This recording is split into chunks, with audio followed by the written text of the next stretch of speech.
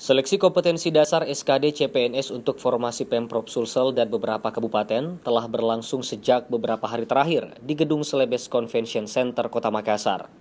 Dalam proses ujian itu, Pemprov Sulsel memberikan prioritas dalam hal pelayanan bagi penyandang disabilitas dan ibu hamil. Panitia SKD CPNS dari Badan Kepegawaian Nasional BKN Yafta De Mayor mengatakan, sejumlah fasilitas disiapkan panitia untuk ibu hamil dan penyandang disabilitas, di antaranya kursi roda, tempat duduk dekat dengan akses toilet dan pintu. Mayor menegaskan, meski diberi pelayanan prioritas, namun hak dan kewajiban tetap sama dengan peserta lainnya, seperti kewajiban mematuhi aturan selama mengikuti ujian, serta wajib membawa berkas kelengkapan saat tes. Pelayanan kita tentu itu menjadi fokus juga kita gitu ya, karena misalnya yang disabilitas kita lihat dulu disabilitasnya, apakah memang disabilitasnya berkaitan dengan mohon maaf mungkin kakinya gitu ya yang tidak bisa berjalan dengan baik.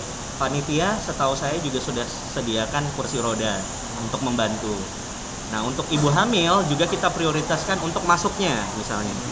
Ya, jadi yang duluan masuk itu ibu hamil dulu.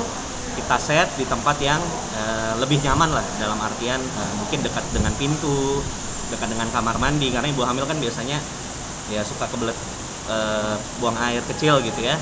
Misalnya kita dekatkan. Mayor menambahkan, alasan sehingga ibu hamil dan penyandang disabilitas perlu mendapat prioritas pelayanan karena mereka dianggap masuk kelompok rentan. Mardianto Hamid, Selebes TV.